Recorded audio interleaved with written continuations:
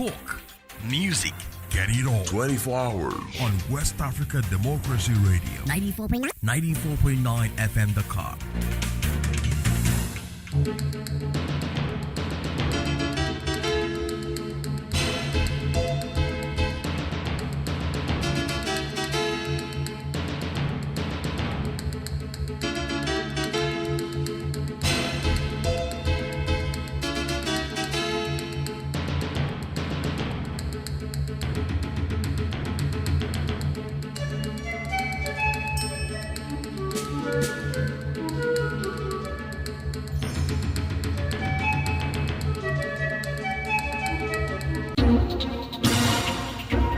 WADR,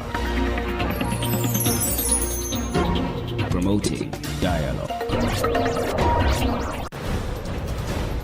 It's midday in Dakar, 1 p.m. in Lagos. Good afternoon and welcome to Newslink in West Africa Democracy Radio, 94.9 FM and online at wadr.org. First, our top stories. Benin Electoral Commission ramps up logistics ahead of Sunday's presidential elections amid calls for transparency. We've set ourselves a challenge here. With all the precautions we've taken, we should be able to identify some trends. Burkina Faso military neutralizes major terrorist leader Karim Torodo, dealing a major blow to Al-Qaeda-linked insurgents. Liberian opposition and civil society demand withdrawal of nominated election commission chairperson, citing threats to election neutrality. The NEC and the country is not Waga's personal property. He must ensure that people will integrate preside the NEC and deliver a free and fair election. And Cameroon creates vice president role in major constitutional reform. Please stay with us for details of these stories and more. West Africa Democracy Radio. It's you speaking. Many thanks for joining us. The authorities in Benin are intensifying preparations for the April 12, 2026 presidential election as the electoral body steps up efforts to prevent delays in the delivery of voting materials. The National Autonomous Electoral Commission, SENA, says it has strengthened its logistics to ensure a smooth, credible and transparent vote. Augustine Colley gives the details in this report. With just days to the presidential election, Benin's Electoral Commission is working to avoid a repeat of the delays that marked the opening of several polling stations during recent legislative and local elections. Voter turnout remains a key concern, and officials say timely deployment of electoral materials is critical to ensuring a successful poll. The SENA has now put in place a more efficient distribution plan, ensuring that sensitive materials, including ballot papers, ballot boxes, voting booths, and indelible ink, are delivered to polling centers at least 48 hours before election day. We've set ourselves a challenge here. With all the precautions we've taken, we should be able to identify some trends. Broad percentages, for example, Duo has his percentage, Duo Z has this percentage. We could already say that. A detailed logistics calendar has also been developed alongside mapping of high-risk areas such as remote communities and locations with difficult road access. To address mobility challenges, the Commission has expanded its transport capacity, deploying additional trucks, motorcycles and boats to reach hard-to-access areas, including lake communities such as Gambia. In what officials describe as a major innovation, the SENA has also introduced a real-time tracking system for electoral materials. Using digital tools, the Commission can monitor the movement of voting kits and anticipate potential disruptions. The Commission says the enhanced system is aimed at improving transparency and efficiency as it seeks to deliver an election that meets democratic standards. Augustine Colley with the details of Aziz Adamsole's report from Cotonou. In Liberia, a wave of disagreements is mounting against President Joseph Boakai's nomination of Jonathan Wadr as chairperson of the National Election Commission. An influential bloc of opposition parties and civil society groups is demanding the immediate withdrawal of the nomination, citing concerns over the body's future neutrality. This vacancy follows the resignation of the Commission's former chairperson, David Brown Lansana, whose term was due to expire in April 2026. WDR's Monrovia correspondent, Abraham Mpaka reports. The political atmosphere in Monrovia is thickening as major players, including the former ruling Congress for Democratic Change, the Alternative National Congress, and the Citizens Movement for Change, reject the appointment. They argue that Wadr's elevation is a threat to the country's democratic stability. The Liberia Alternative People's Party has gone a step further, formally petitioning the United States government to intervene and safeguard the electoral process. The crux of the opposition's argument rests on Section 2.5 of the new elections law. Critics assert that the nominees' alleged political leanings violate the constitutional mandate requiring the National Elections Commission to remain strictly non-partisan. The pressure isn't just coming from boardrooms. On the streets, the powerful Student Unification Party, SUP, has issued a 72-hour ultimatum. If Mr. Bugger thinks he is doing well for the people, he must appoint someone that stands objectively. Mr. Jonathan William must go back to the United Party and continue to say Mr. Bugger and forget the NEC. The NEC and the country is not Bugger's personal property. He must ensure that people will integrate preside the NEC and deliver a free and fair election. If Bugger is doing well, his action and his clear objective must speak for himself. Anything short of that, by appointing those who are compromised to serve the higher chamber of the NEC, it will be resisted. The Liberian Senate now finds itself in the spotlight, with activists urging lawmakers to prioritize national interest over party loyalty during the confirmation hearings. For West Africa Democracy Radio, I'm Abraham Parker reporting from Monrovia. Let's now head to the Gambia, where first ladies from the countries participating in the Sweet Plus initiative are set to converge in Banjul for a high-level forum. The event is scheduled to take place from the 8th of April to the 10th of April 2026. Well, the gathering aims to promote zero tolerance for gender-based violence across West and Central Africa. Christopher Atichu tells us more. The meeting, organized by the government of the Gambia and ECOWAS, brings together regional leaders and development partners including UNFPA and the World Bank in a renewed push to tackle violence against women and children, which continues to threaten human rights, public health and development in the region. Participants are expected to adopt a regional roadmap on zero tolerance for gender-based violence, launch a First Ladies Alliance, and endorse a joint declaration to strengthen prevention, protection, and accountability mechanisms. The forum also builds on the Sweet Plus program, a multi-million-dollar initiative supporting reforms, expanding access to services for survivors, and promoting positive social norms across several African countries. Organizers say the Banjul gathering marks a decisive step towards coordinated regional action, with a strong emphasis on translating policy commitments into measurable impacts for women and girls. That was Christopher Ticho with that report. More stories coming up on West Africa Democracy Radio. Newslink continues.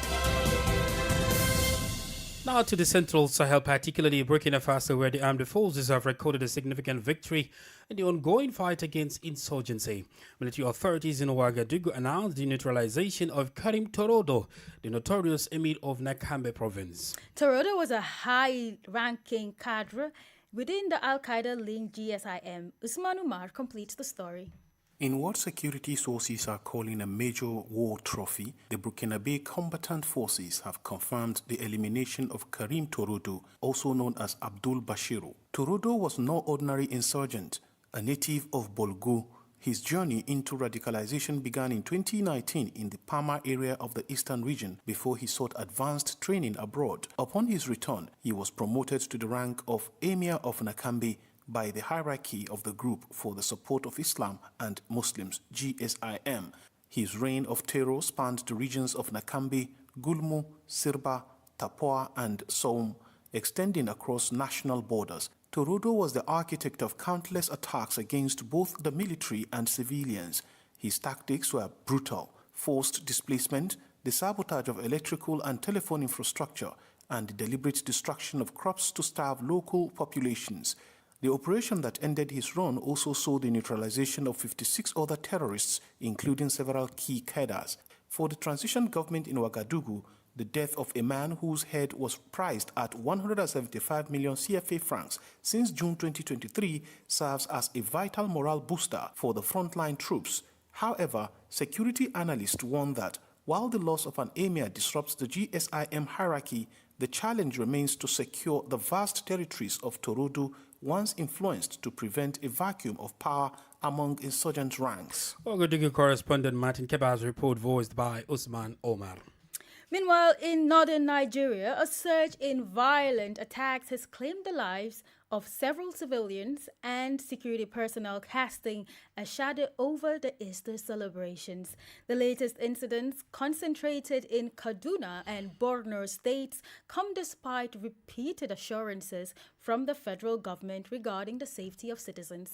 While President Bola Ahmed Tinubu maintains that his administration is winning the war against insurgency, the reality on the ground suggests a resilient threat from bandits and extremist groups. WDR's Abuja correspondent Yechenu Sasietu reports. The peace of the Easter holiday was shattered in Kaduna State as terrorists descended on the Ariku community in Kachia local government area. In a coordinated assault during the early hours of Sunday, heavily armed men targeted two places of worship, the First Ekwa Church and St. Augustine Catholic Church. The councillor for Awon Ward, Mark Bawa, confirmed that at least 7 worshippers were killed with an unknown number of others abducted into the nearby forests. Further north in Borno State, the human cost of the insurgency was once again laid bare as the police command buried 4 officers. These personnel were killed while defending the Ngazi Division of Police headquarters against suspected Boko Haram terrorists. The insurgents also targeted an internally displaced persons IDP camp in Damasak. While security forces managed to repel the assault, the engagement left an armored personnel carrier destroyed and claimed the life of a local hunter assisting the police. Reacting to the renewed violence, President Bola Ahmed Tinubu, speaking from Ogun State during a project inauguration, insisted that his government remains undeterred. The development of additional vehicles strengthen our resolve to protect lives and property. We will win over banditry and terrorism. I give you the assurance that we will invest more. Despite these high-level assurances and ongoing military offensives, the frequency of these attacks highlights a persistent security gap that continues to leave rural communities vulnerable. For WADR, Yechenu Sasietu reporting. Let's take you back to the Central Sahel, this time in Niger, where a confidential government document on national mobilization has been leaked. The document details how authorities plan to rally citizens in the fight against terrorism. Reportedly from the Ministry of Interior, the leaked document outlines a strategy involving religious leaders, the media, and regional authorities in shaping public support. Abdullah Hassan explains the details in this report. The confidential letter dated April 2 was addressed to religious leaders, media organizations, and regional governors, detailing the framework for a nationwide mobilization.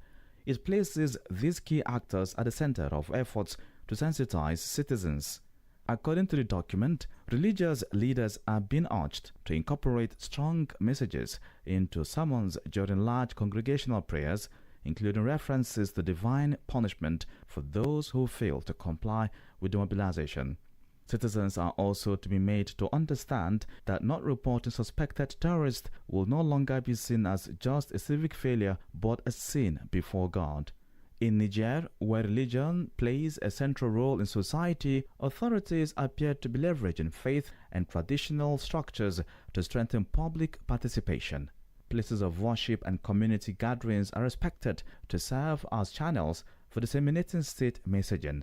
The media and regional governors have also been tasked with intensifying awareness on the importance of national mobilization as the government calls for direct citizen involvement in reporting what it describes as any act of destabilization.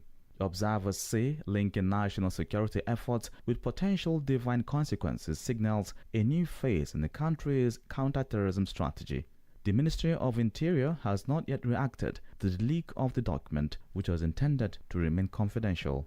Yakubu Habibullah's report from Niamey, voiced by Abdullahi Hassan. On the diplomatic front, Ghanaian President John Dramani Mahama has begun an official visit to France at the intervention of President Emmanuel Macron. According to a statement from Jubilee House, the president will participate in the One Health 2026 summit taking place in Lyon, where global leaders, health ministers, and experts are gathering to address major international health challenges. The Ghanaian leader is expected to co-chair a high-level session of the summit on Tuesday alongside President Macron. Discussions will focus on strengthening health systems, ensuring sustainable food security, and developing coordinated responses to global health threats. President Mahama, who is also the founder of the Accra Reset Initiative, will later travel to Paris for bilateral talks with the French president at the Élysée Palace. The visit is seen as a step toward deepening ties between Ghana and France, particularly in areas such as public health, sustainable development, and multilateral cooperation. In another development, several trucks transporting vegetables to Ghana have been held in northern Nigeria, raising concerns over trade disruptions and the potential loss of perishable goods. The vehicles, which were en route from the Republic of Niger through Nigeria to Ghana, were stopped by suspected armed men in Kebbi State. The incident is believed to be linked to growing tensions between Ghanaian and Nigerian traders, with claims of retaliatory actions on both sides over market access and distribution disputes. Nadide Tete has the details. The affected drivers say they have been stranded for close to 3 days in Samia, a town in Nigeria's Kebbi State, with their cargo, mainly onions, at risk of perishing. The trucks are part of a regular trade route where transporters purchase produce from farming communities in Niger and move the goods through Nigeria, Benin, and Togo before arriving in Ghana. Sources indicate the standoff may be connected to recent disagreements in Accra, where some Nigerian onion traders allegedly face challenges of loading their goods. The situation appears to have triggered reprisals targeting Ghana-bound shipments. One of the stranded drivers, Audu Tiajni, says conditions are worsening, with mounting losses expected if the impasse is not resolved quickly. Meanwhile, an onion trader, Alaji Fusini Atiga, points to deeper tensions within the trade system, particularly disputes over how imported trucks are allocated among trader groups in Accra. He says concerns from Nigerian traders about perceived imbalances in distribution have contributed to the current situation. The drivers are now calling on the Ministry of Foreign Affairs to intervene and facilitate their release as fears grow over the economic impact and possible escalation of the dispute. For WADR, Nadede Tete, Accra. You're listening to Newslink on West Africa Democracy Radio 94.9 FM and online at wadr.org. Here's a reminder of our top stories. Benin Electoral Commission ramps up logistics ahead of Sunday's presidential elections amid calls for transparency. Burkina Faso military neutralizes major terrorist leader Karim Torodo, dealing a major blow to Al-Qaeda-linked insurgents. Liberian opposition and civil society demand withdrawal of nominated Electoral Commission chairman, citing threats to electoral neutrality. And Cameroon creates a vice president role in major constitutional reform. Well, still ahead in the news, we have press review, guest interview, and sports news. Please stay with us. Fresh and breaking news all the time. Hear it first as the news breaks, only on West Africa Democracy Radio. Newslink continues. Away from the sub-region, Cameroon has introduced a new vice president position following the adoption of a constitutional revision by the parliament. Lawmakers meeting in Congress in Yaoundé approved the reform on April 4 with 200 votes in favor, 18 against and 4 abstentions. Under the new law, the vice president will ensure continuity of state in the event of a power vacuum, replacing the president of the Senate in line of succession. The vice president will be appointed and may be dismissed by the head of state. His powers will be limited and his term will not exceed that of the sitting president. The reform was first announced by President Paul Biya during his swearing-in ceremony in November 2025, amid growing discussions about institutional stability. At 93, he remains the world's oldest serving head of state. Authorities say the creation of a vice president role establishes a clearer and more formal mechanism for succession at the highest level of government, signaling the new phase in Cameroon's executive structure. This is the newspaper review. Stay abreast and find out what the top stories are in your country. This is the newspaper review. The newspaper review. We now turn to Nigeria for the press review with Yachino Seseto. Let's begin with this day. Tinubu approves 3.3 trillion naira payment plan to curb illiquidity in power sector. This is a payment plan aimed at settling long-standing debts owed to power generation companies. In Easter message, Shatima declares better days ahead, insists difficulties temporary. And now to Vanguard, 2027. Tinubu's ex-ministers face tough battles in their states. U.S.-Iran conflict, Manufacturers Association of Nigeria outlines measures to mitigate effect on Nigerian manufacturers. At least 16 people killed in separate violent incidents in Benue and Kaduna states, a tragedy that happened on Easter Day. And another tragic story, 14-year-old killed by stray bullets allegedly fired by military personnel during celebratory gunfire at a wedding in Maiduguri, Borno State. Moving over to Guardian, young leaders need tools, not applause, experts say at book launch. This is a call for a new kind of leadership in Nigeria by experts. African Democratic Congress, People's Democratic Party, the Obedient Movement, and civil society groups warn that the implementation of voter revalidation exercise by the Independent National Electoral Commission could de-enfranchise and damage public trust. And that's it on Press Review. Back to you in the studio. That was Yechinu Sasitu with the Press Review from Nigeria. Politics, analysis on major news, social matters, and all. This is A Guest. Well, the guest interview focuses on the upcoming forum on sexual and gender-based violence set to take place in Banjul, the Gambia. Several First Ladies will converge in the Gambian capital for this high-level meeting. The event, scheduled from April 8 to 10, 2026, will be organized by the SWED Initiative. The gathering aims to promote zero tolerance for gender-based violence across West and Central Africa. Our guest is Odili Numbefai, coordinator of the Sweat Plus initiative. She explains the details of the pending forum on SGBV. This activity is part of the Sweat Plus activity developed by the Department of Human Development and Social Affairs of the ECOWAS Commission and funded by the World Bank. And this is the theme of this activity is related to girls' education. How today we can address the issue of gender-based violence, meaning early marriage, rape, drop out of school, and also female genital mutilation.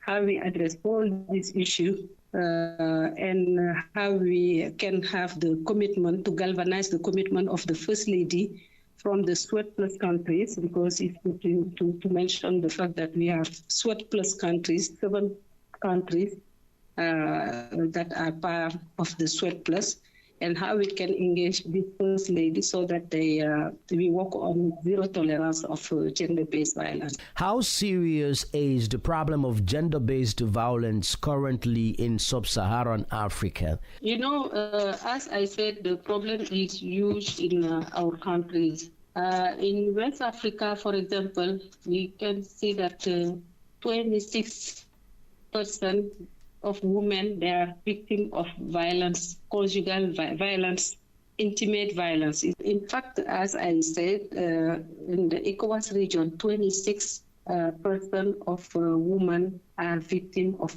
intimate violence. And as far as we have some countries that have the figure are very higher, And I think some countries like Liberia, some countries like Sierra Leone, some countries like Guinea, Cote d'Ivoire, the figure are a little bit higher. But there are some countries also, if we consider the female genital mutilation, we can see that for ECOWAS region, there are 42% of women exposed to female genital mutilation. And the rate is very higher in some countries like Guinea, Sierra Leone, the Gambia, like Mali, Burkina. And Mali and Burkina, they are part of the SWET Plus. It's why I'm mentioning this, the situation in these countries. And when you consider the child marriage before 2018, we can see that the rate is very high also in the same country that I have mentioned earlier. What role can First Ladies realistically play in influencing policy and social change regarding gender-based violence? The First Lady can play a key role in addressing, preventing, and responding to gender-based violence. And the first thing that we are looking for during this meeting is for them to endorse the roadmap we have developed in the region, but also in each country, member of SWET Plus, to tackle the issue of gender-based violence. We are looking for the political support from the First Lady. What concrete outcomes should we expect from this three-day forum? The first outcome is going to be the endorsement of zero tolerance on GBV, gender-based violence, in the SWET Plus country. The First Lady will endorse during this meeting this roadmap so that we can translate it into action in the different country member of SWET Plus. The second outcome will be the setting up of the alliance, First Lady Alliance on zero tolerance on gender-based violence, and to commit them for all the work as champion in the region so that they can support the work we are doing on gender-based violence. The other outcome is the GBV scorecard we want to develop to monitor, to evaluate, and to see how can we be progressing on gender-based violence. That was Odile Numefai, coordinator of the SWET Plus initiative, which is set to host a high-level forum on sexual and gender-based violence in the Gambia. And in sports, Nigerian striker Victor Osimhen has been crowned Footballer of the Year at the 72nd Annual Million Sports Awards. The award recognizes his outstanding performances for Galatasaray, where he played a key role in the club's domestic double, scoring 26 league goals and contributing across all competitions. Osimhen has continued his fine form this season, but is currently sidelined with an arm injury. Despite this, the award further cements his status as one of Africa's top football exports. We've come to the end of this edition of Newslink on West Africa Democracy Radio, broadcasting from Dakar, Senegal. Thank you for listening, and many thanks to Mustafa Sek and Maudo Ju for the technical assistance. Do interact with us via our social media platforms, X, Instagram, and Facebook at WADR English. I am Sankule Jibril Janko. And I am Veronica Njai. Good afternoon. And many thanks to you for listening to Newslink via Hot 104.3 FM, Hilltop Radio 104.7 FM, and Veritas Radio 102.9 in Banjul, the Gambia. We also appreciate our listeners in Liberia via Alternative Youth Radio 98.9 FM, Lofa County, Radio Kagama 94.5 FM, Nibe County, DCN Radio 91.3 FM, Riverside County, Radio Gulf FM 91.3 Sierra Leone in Nigeria, and Love 104.5 FM Abuja. For you listening via Radio Pad 95.1 Damango, Savannah region, and on Royals FM 104.7 Wenchi, Ghana, we say a big thank you. Remember, West Africa Democracy Radio is all about you, your views, and your opinions. WADR. You can listen to us on